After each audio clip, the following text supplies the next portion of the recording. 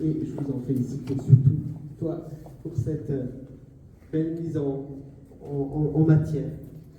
Monsieur le ministre, mon cher Patrick, monsieur le représentant du consistoire, mon cher monsieur Blum, monsieur le représentant de la communauté israélite de Saverne, cher Alain Kahn, mesdames et messieurs les adjoints, conseillères municipales, mesdames et messieurs les représentants d'associations, chers amis collaborateurs, collaboratrices du musée, sous la direction de Emmanuel Thoman, et vous tous, tout simplement, chers amis, soyez les bienvenus ce matin au musée de Saverne pour ce moment particulier où nous essayons de vous faire découvrir ou redécouvrir encore cette partie de notre musée que, avec Alain Kahn, nous avons souhaité il y a plusieurs années déjà consacrer à un pan important de l'histoire de la ville de Saverne.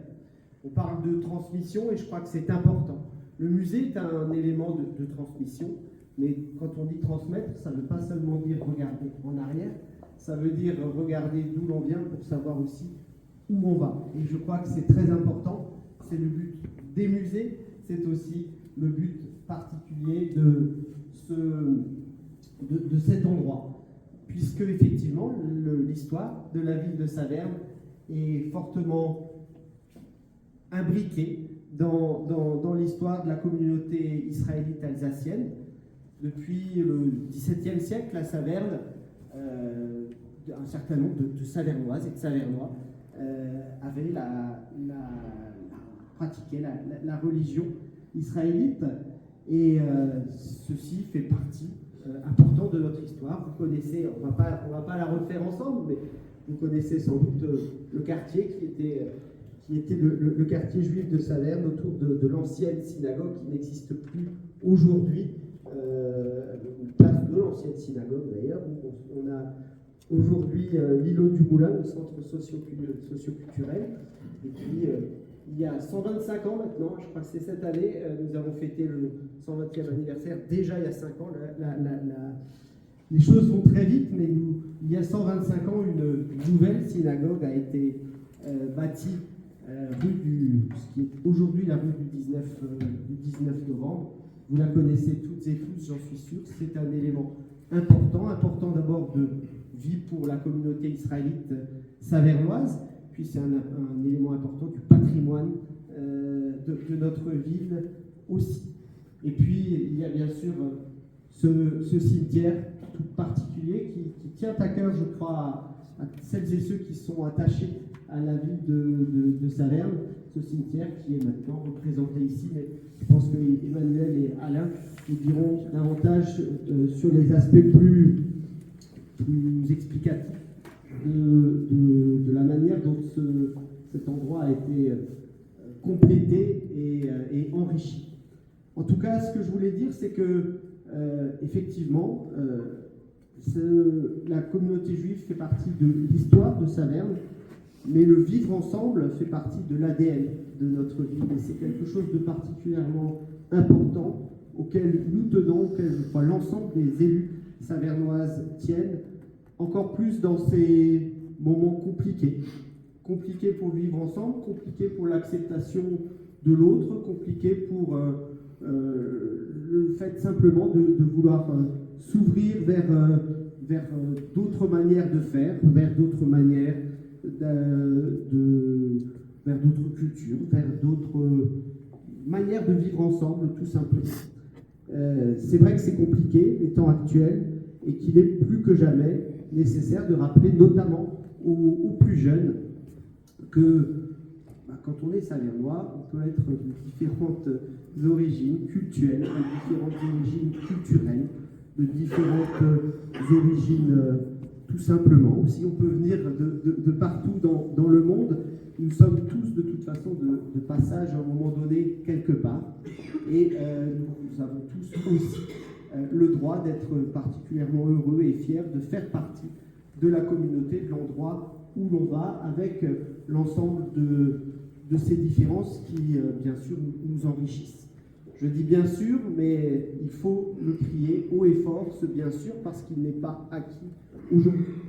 Et même si on est là dans un événement culturel, je crois qu'il y a culture et politique qui vont ensemble, et il est important de le rappeler encore plus aujourd'hui. Moi, quand j'ai vu qu'hier, le vice-président de la première puissance mondiale va rendre visite aux dirigeants de partis héritiers du nazisme en Allemagne, ça me donne à réfléchir. Et c'est quand même un moment où des choses graves qu'il faut savoir dénoncer aussi, il faut savoir le dire, il faut surtout ne jamais se taire. Je crois qu'aujourd'hui, on est dans une société où on s'est beaucoup trop tué depuis trop d'années. Aujourd'hui, il faut dire les choses, rappeler d'où l'on vient et rappeler où l'on veut aller.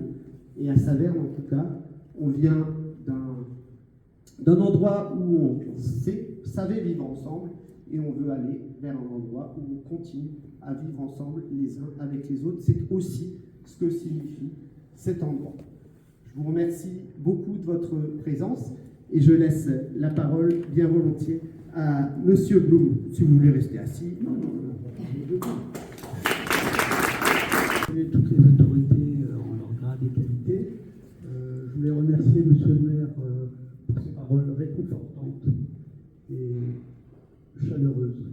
Je ne vais pas parler très longtemps parce que le mérite ne me revient pas, il revient à la municipalité de Saverne, à Madame Thoman qui a eu cette belle exposition en ligne avec Alain Kahn, et je vais m'empresser de lui passer la parole. Merci à tous. Alors ces objets que nous remettons, nous avons décidé de remettre en lumière avec M. Kahn aujourd'hui, à savoir ce Sefer Torah et ses ornements du culte, les rimonim, le yad, mais surtout ce très beau et très rare paroret du XVIIIe siècle, ont failli ne pas être présentés. Mais je laisserai M. Kahn raconter l'histoire de leur redécouverte fortuite et fort heureuse d'ailleurs. Voilà, alors c'est dès la redécouverte, très peu de temps après, que ma prédécesseur, Gabrielle Feller, a organisé en 2003 une exposition qui portait sur l'histoire et sur la communauté juive de Saverne. Et à l'issue de cette exposition, le consistoire a décidé de mettre en dépôt ce parourette, c'est un rideau d'armoire sainte qui ferme l'arche sainte dans lequel est rangé entre les cultes ce Sefer Torah, à mettre en dépôt au musée ce parourette et ce Sefer Torah. Alors mettre en dépôt, ça signifie quoi? Ça signifie que les objets n'intègrent pas la collection du musée. Elles ne deviennent donc pas propriété de la ville, mais elles restent bien propriété du consistoire. Et elle nous confie la charge de la conserver et de présenter ces objets. Alors des objets religieux dans les musées, il y en a beaucoup. C'est même la sauvegarde du patrimoine religieux face à la vindicte révolutionnaire qui a conduit à la création des musées. Mais ça a amené un paradoxe. Ça, quels que soient les objets de quelque culte ou religion que ce soit, lorsqu'on dépose un objet au musée, alors tout à la fois il permet aux visiteurs de le regarder de près, des objets qui sont parfois cachés, comme ce Sefer Torah, que l'on ne peut pas voir à tout moment de la journée, ou un peu à distance, comme ce parourette qui en général se trouve derrière la tribune, on ne peut pas le voir d'aussi près. Donc on crée une proximité, et ça vaut aussi pour les ostensoirs que l'on voit dans bon nombre de musées, les statues qui proviennent des églises, voilà, tous ces objets sont donnés à voir avec beaucoup de proximité aux visiteurs. Mais cette décontextualisation fait qu'on perd un peu le sens de ces objets. C'est vrai quand vous allez, ici, que ce soit ici, au Musée Unterlinden à Colmar, on vous parle de l'artiste qui a sculpté, on vous parle de l'origine géographique, du style, on a une approche artistique qui peut suffire à la visite. Comme ici, on pourrait décrire la technique, on n'a malheureusement pas le nom des artistes, ça demande des recherches, des artisans qui ont travaillé à la réalisation de ces éléments en argent repoussé. Voilà, on a cette approche artistique, mais qui est totalement déconnectée du sens, de la signification religieuse de ces objets, et surtout de leur place et de leur rôle dans le rituel, ici le culte juif. Et cette déconnexion est accentuée ces dernières années, ces dernières décennies, du fait de l'affaiblissement de la culture religieuse et de l'éloignement aussi des pratiques. Il y a 50, 60 ans, on pouvait encore identifier, on savait ce qu'était un ostensoir, à quel moment il servait, aujourd'hui on ne le sait plus. Et c'est dans cette optique-là de rendre leur signifiance rituelle à ces objets qu'avec M. Kahn et M. Rossano aussi, qui n'est pas présent avec nous aujourd'hui et qui est en charge du patrimoine au consistoire, nous avons décidé de reprendre la scénographie, de remettre en lumière ces objets et de leur redonner, au-delà de l'histoire, de la communauté aussi, leur sens et leur fonction lors du culte. C'est pour ça que le Sefer Torah, on l'a ressoclé, présenté de manière verticale dans cette vitrine, détaillé le nom et la fonction de chacun des ornements qui l'accompagnent. Et sur ce parourette, voilà, on peut admirer les broderies, on peut admirer les motifs, mais de là à les comprendre, il fallait un petit peu d'explication, c'est ce qu'on s'est employé à faire, à décoder ce parourette, expliquer la symbolique présente dans cette ornementation qui renvoie au temple de Jérusalem, et surtout ces lettres hébraïques qui nous servent, mais là, M. Kahn le détaillera, qui nous servent à dater ces objets. Nous avons aussi souhaité une évocation du cimetière de Saverne, du cimetière juif de Saverne, qui a une longue histoire, et on a mis en exergue cette stèle qui est la stèle de Naphtali Segal, qui est celui qui a fait faire ce parourette et qui a accompagné la communauté depuis le XVIIIe siècle. Pour inscrire aussi ces objets dans une chronologie, on a souhaité ne plus forcément présenter sur les murs. Nous avons aussi développé là un outil, alors c'est encore une maquette, vous pourrez la chronologie historique qui détaille l'histoire, le contexte historique, l'histoire de la communauté juive et l'histoire de la synagogue. À chaque fois replacé sur un axe, le nombre d'habitants à Saverne, ça vous permet de retracer un peu ce cheminement du judaïsme local qui, comme l'a souligné Monsieur le maire, est vraiment intrinsèquement lié à l'histoire de la ville de Saverne. Voilà, je voulais remercier chaleureusement Monsieur Kahn, qui est fidèle au musée, qui a travaillé avec ma prédécesseur, qui m'a accompagné aussi sur cette reprise scénographique, Monsieur Rossano du consistoire. Là, il nous reste un petit travail à faire sur la convention de dépôt.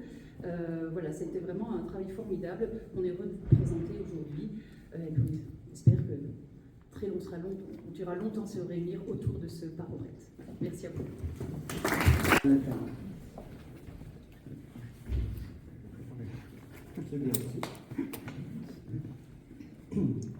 Je me joins bien sûr aux salutations que M. le maire a adressées à vous tous.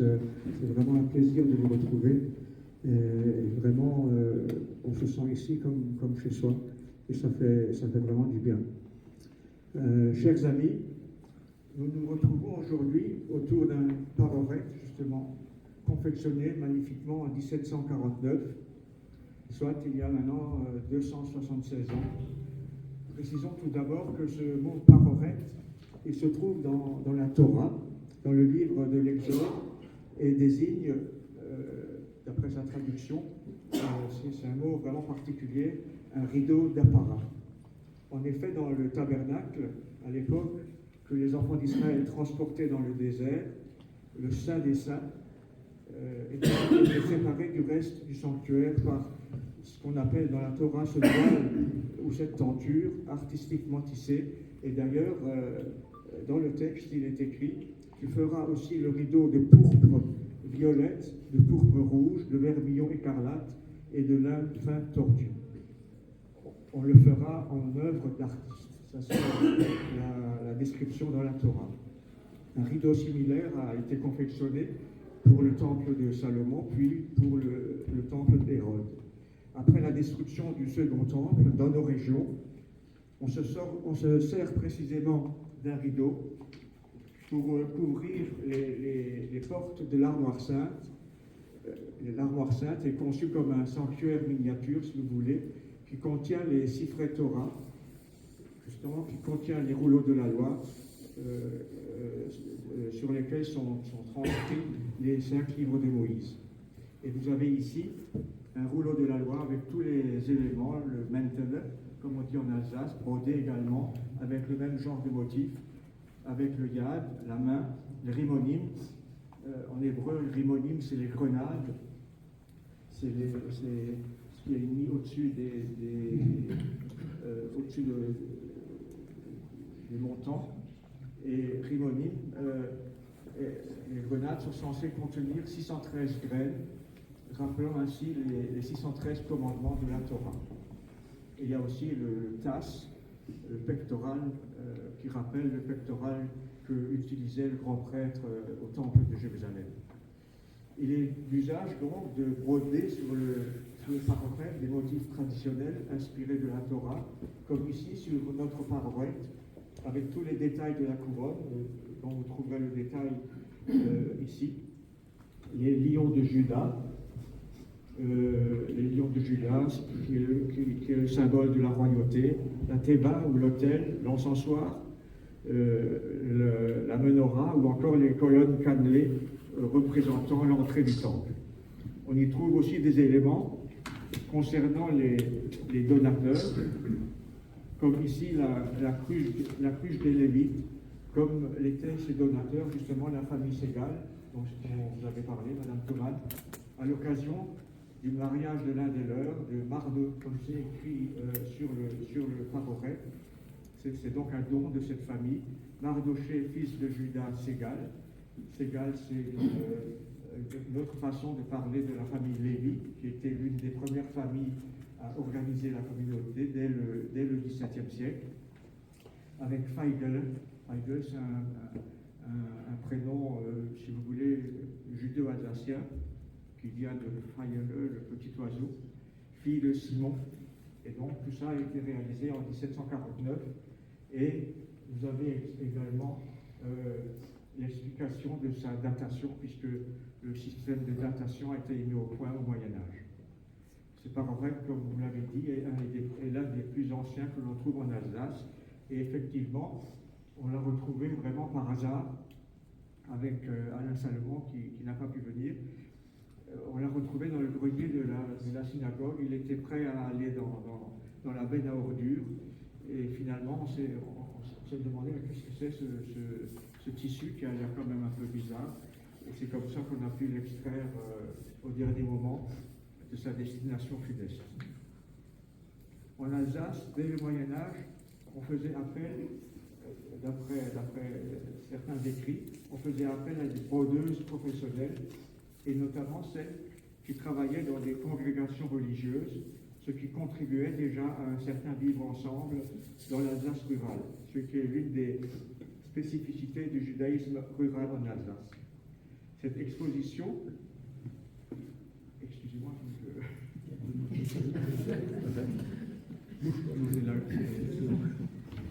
cette exposition autour du Paroresh symbolise la présence séculaire d'une communauté à Saverne.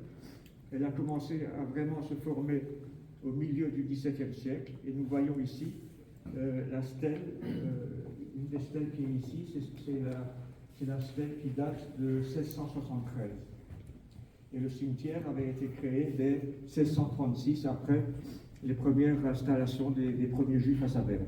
Et le cimetière a été officialisé en 1751. Et d'ailleurs, la stèle du rabbin Samuel Kahn, qui était le premier rabbin de la communauté, a aussi été reprise ici. Et c'était le premier rabbin qui a exercé à Saverne à partir de 1736. La communauté s'est ainsi développée au XVIIIe siècle et a pris son essor au XIXe siècle et au début du XXe. Ce paroret richement décoré est en quelque sorte le point de départ de son implantation définitive, puisqu'il a été confectionné en 1749, à l'époque déjà que les Juifs de Saverne voulaient se doter d'une véritable synagogue. Il aura pourtant fallu attendre 30 ans pour qu'elle puisse enfin orner la première vraie synagogue qui a été achevée en 1779. Après la Révolution française, la synagogue sera par ailleurs agrandie, qui a été achevée en 1779. Après la Révolution française, la synagogue sera par ailleurs agrandie en 1835, et on voit la stèle, ici aussi, l'une des stèles, c'est la stèle du rabbin Benjamin Rose qui l'avait inaugurée en 1835. Elle a été incendiée partiellement en 1850, à une époque où l'antisémitisme réapparaissait. Son apogée est symbolisé par la nouvelle synagogue, inaugurée à son emplacement actuel en 1900, sous le régime allemand, inaugurée en grande pompe par le rabbin Starikowski, dont nous avons l'image de la stèle, c'était une inauguration sous le régime allemand, une inauguration en grande pompe. Et 40 ans plus tard, elle a été mutilée par les nazis, exactement en 1943, et elle a été réinaugurée en 1950 par le rabbin Armand Bloch. La communauté s'est en effet reformée après la Shoah, et mon regretté père, Sylvain Kahn, l'un des seuls rescapés d'Auschwitz, ayant tenu à y revenir, contribuant ainsi à son renouveau relatif avec son épouse, ma regrettée mère, et leur stèle est ici aussi, que l'on voit pour en témoigner. Mais le déclin de la communauté s'est amorcé dès les années 70-80 surtout, et aujourd'hui son cimetière, sa synagogue, représente un patrimoine à préserver pour que la communauté fasse toujours partie du paysage de la Cité des Roses, grâce aussi aux animations et aux activités culturelles et culturelles que nous menons d'une façon très, très ponctuelle, mais qui permet à la communauté de continuer son chemin. Merci à Monsieur le maire, qui est toujours si efficacement à nos côtés. Merci à Madame Thomas, bien sûr, pour son implication si appréciable dans ce projet. Et merci au consistoire israélite du Bas-Rhin qui œuvre pour la conservation et la mémoire de nos communautés. Merci aussi à David Gerst, notre ministre officiant de la Grande Synagogue de la Paix à Strasbourg, d'avoir accepté avec son fils Azriel de nous proposer un intermède liturgique avant le buffet de l'amitié. J'ajoute qu'après le buffet, aura lieu une visite de la synagogue rue du 19 novembre, pour ceux qui sont intéressés. Merci à tous pour votre présence, qui nous conforte dans cette démarche mémorielle, culturelle et culturelle. Merci beaucoup. Député Patrick Henry. Je pense que ça devrait aller sans. En tout cas, permettez-moi tout d'abord de saluer Monsieur le maire, de le remercier. Évidemment, saluer aussi le représentant du consistoire, le représentant de la communauté juive de Saverne, bien entendu le ministre officiant, bien entendu la directrice du musée, en profiter pour vous saluer toutes et tous. Tout d'abord, c'est un immense plaisir que de pouvoir partager ce moment avec vous, d'autant plus que les calendriers sont ainsi faits. Cette semaine se réunissait pour la première fois à l'Assemblée nationale, enfin, un groupe d'études. Et d'ailleurs, ça doit nous interroger, c'est en totale, je dirais, synergie avec les propos que vous avez pu prononcer, un groupe d'études consacré à la lutte contre l'antisémitisme, dont je suis membre et dont les collègues m'ont élu vice-président. Vous le savez, c'est un sujet qui me tient particulièrement à cœur et j'ai souvent, évidemment, aussi en référence notre territoire alsacien parce que, évidemment, s'il y a un endroit où cette lutte doit être inlassable et doit être menée avec une vigueur sans la moindre hésitation, c'est évidemment en Alsace parce que, et vous venez de le rappeler, ce que fait le musée aujourd'hui est absolument essentiel parce qu'un musée c'est un lieu de transmission, c'est un lieu où on permet à chacune et à chacun d'avoir connaissance d'un certain nombre de choses. Eh bien oui, il est important d'affirmer que le judaïsme est une partie intégrante de l'identité alsacienne. Et je crois que, et d'ailleurs j'ai eu l'occasion, voici quelques semaines, quand j'étais représentant du gouvernement, à une remise de diplôme de rabbin, en présence du grand rabbin de France, eh bien de tenir exactement les mêmes propos en disant que le judaïsme est un élément de l'identité française. Je crois que ça aussi, ce sont des éléments que nous ne devons simplement jamais oublier. Et en quelque sorte, chacun, à la place que nous occupons, je pense que c'est important de relayer ce message. Et ce qui est fait aujourd'hui à Saverne, à travers le musée, et à travers aussi l'action menée par la municipalité, vraiment, je salue aussi les actions culturelles qui sont effectuées parce que, évidemment, c'est essentiel que d'abord ces objets cultuels, et vous le rappeliez, quel bonheur que ce parorette, évidemment, se retrouve ici, plutôt qu'avec ce qui aurait pu lui arriver. Et on voit bien que ces objets cultuels, évidemment, ils ont une signification culturelle, et c'est important aussi, dans un esprit de tolérance, de rappeler en terre concordataire que, les communautés, quelle que soit leur religion, parce que la liberté de culte est essentielle, la liberté de croire et d'ailleurs de ne pas croire, c'est un élément essentiel de la République et je pense que nous devons constamment le rappeler. Vous le faites ici et de surcroît, c'est aussi l'occasion de familiariser, j'espère, les jeunes générations aussi à l'importance évidemment de la communauté juive, mais aussi de son importance, je le disais à l'instant, à ce qu'est l'Alsace, à ce qu'est la France, à ce qu'est l'Europe d'ailleurs, parce que évidemment la contribution de la communauté israélite a été considérable et dans différentes directions, et d'ailleurs y compris permet de revenir à l'Assemblée nationale, parce que quand il y a des visites de groupe à l'Assemblée nationale, je ne peux évidemment m'empêcher de rappeler aussi la contribution d'un certain nombre de représentants évidemment nationaux qui ont leur origine dans ce judaïsme alsacien, et ils sont, Dieu sait qu'ils sont nombreux, y compris encore la famille Debray, et on le voit, tout cela est évidemment aussi extrêmement important. Donc vraiment,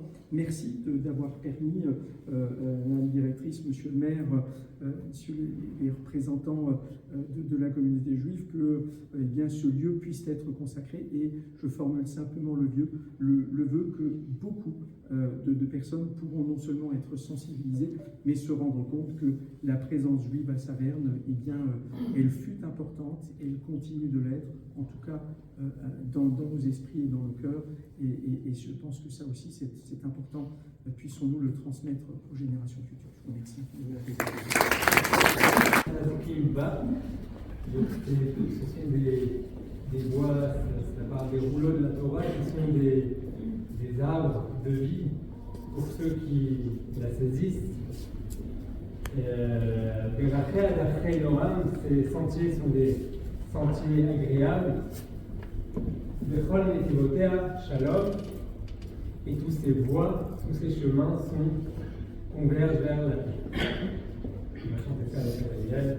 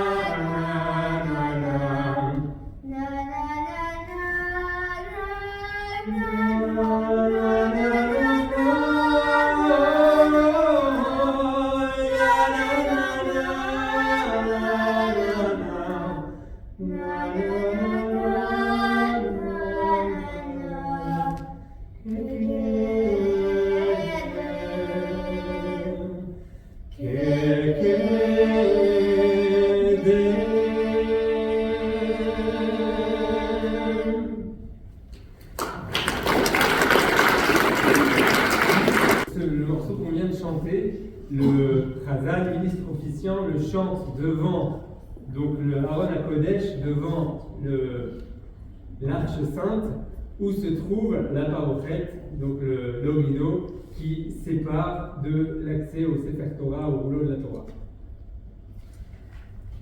Le deuxième morceau, je vais le chanter, Azraël va se reposer un petit peu, et je vais chanter, relate l'histoire de Rabbi Ishmael ben Elisha.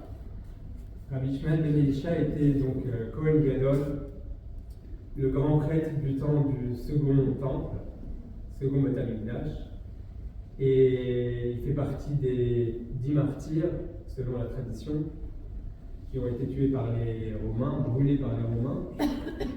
Et ce Rabbi Ishmael ben Elisha fait part d'une expérience tout à fait incroyable lorsqu'il était rentré au Kodesh HaKodashim, au Saint des Saints, justement. Le Kohen Gadol, le grand prêtre, ne rentrait qu'une fois par an, le jour du grand pardon, au Kodesh HaKodashim. Il a fait expérience d'une révélation de Dieu et d'un dialogue avec Dieu.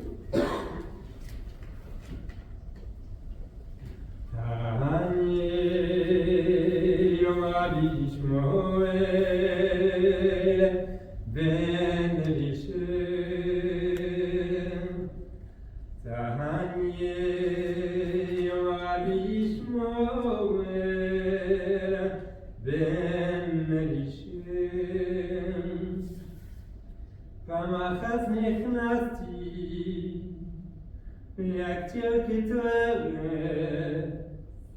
לפני ולפנים וראיתי הכסיכל כל מה שמצא בו שהוא יושב על כיסא חומר וניסו ויום עלי ישמעו אל בני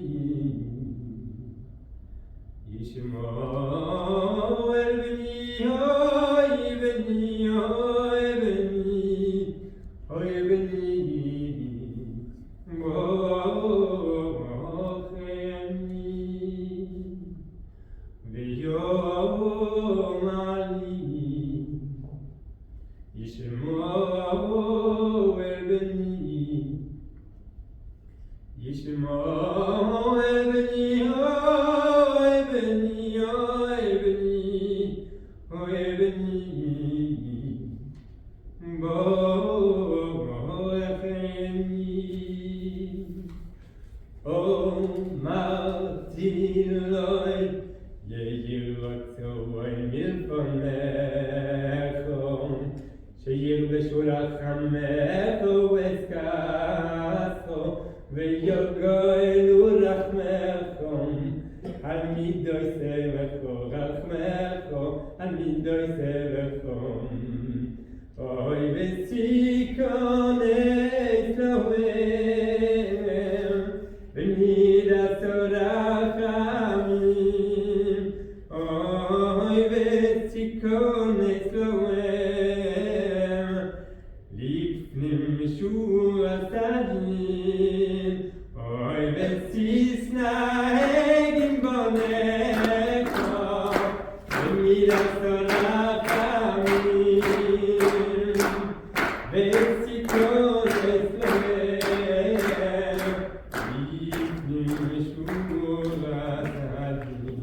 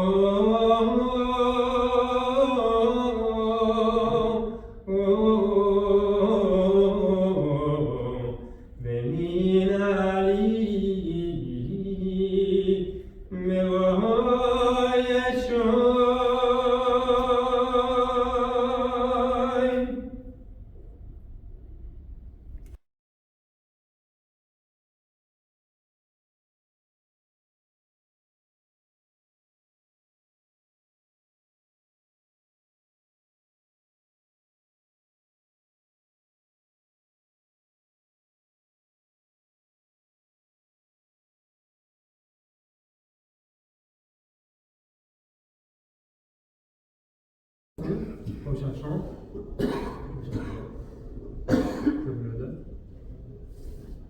Tov Leodot Lachem, comme il est bon de reconnaître à Dieu, Ulzamer et Shimcha Elion, et de chanter ton nom très haut.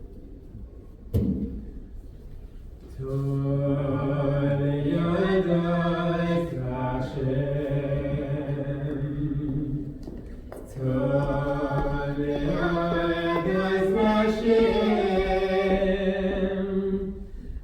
Leodot Lachem, Ulzamer, Bishmakom Elion, Tov Leodot Lachem,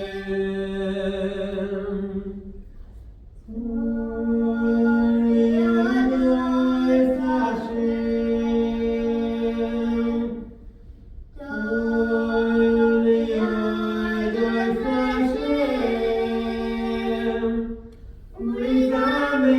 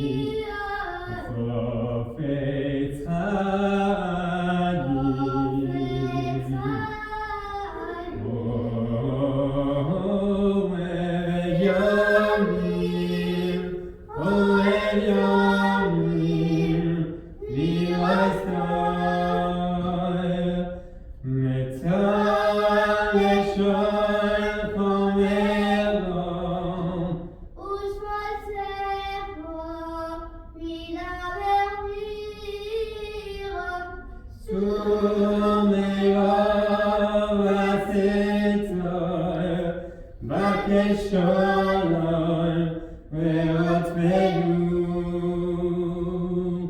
metzor leshon komero u'svatzecho yigarer miyemo sumero v'atzeitoi bakesh shalom ve'otvenu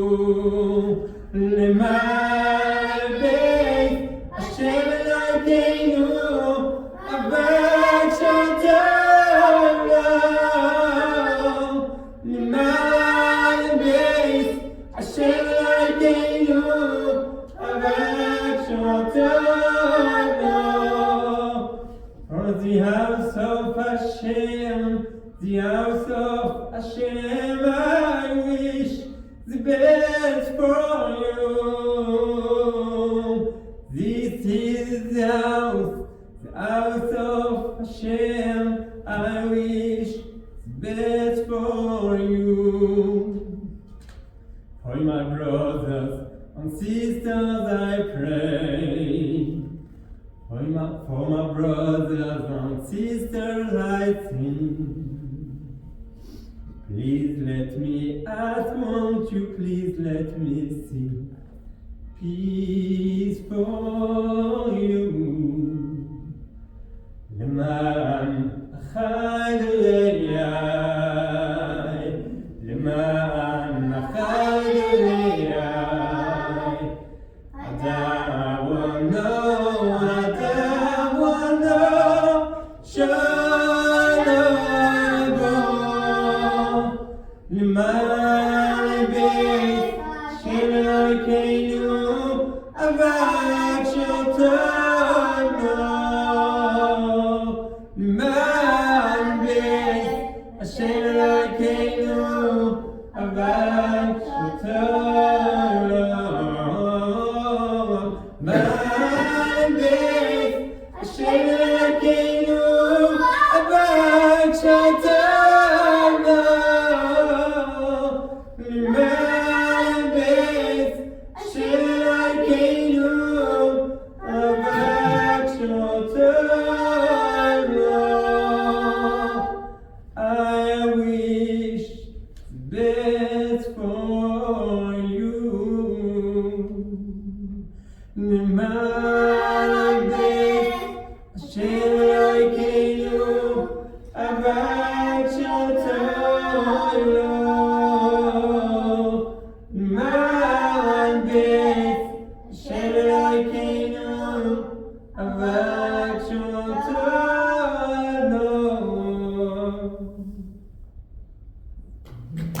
Hachem, celui qui une prière pour la reconstruction d'une Jérusalem dans la paix et qui ramène les égarés ou les captifs d'Israël, qui les ramène.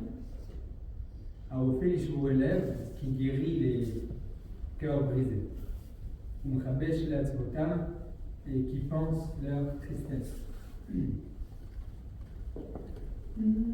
Boyanei, boyanei, Yerushalayim Hashem, Nidchei Yisrael Ha'ikamen.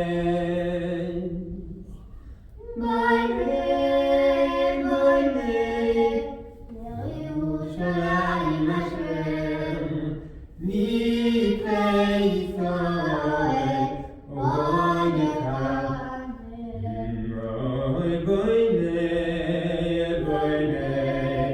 Yerushalayim Hashem, Nidchei Yisrael Ha'ikamen. Boyanei, boyanei, Yerushalayim Hashem, Nidchei Yisrael Ha'ikamen. Oy Beishulei, oy Beishulei, Umchabesh liyat moizam, Yimay Yerushalayim Hashem, Yerushalayim, Yerushalayim, Yehoy, oy Beishulei, oy Beishulei, Umchabesh liyat moizam,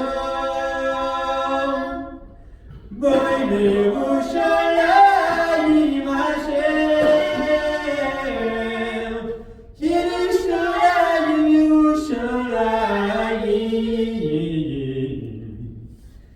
boynei, boynei. Yerushalayim Hashem, Nidchei Yisrael Ha'ikamen. Boynei, boynei,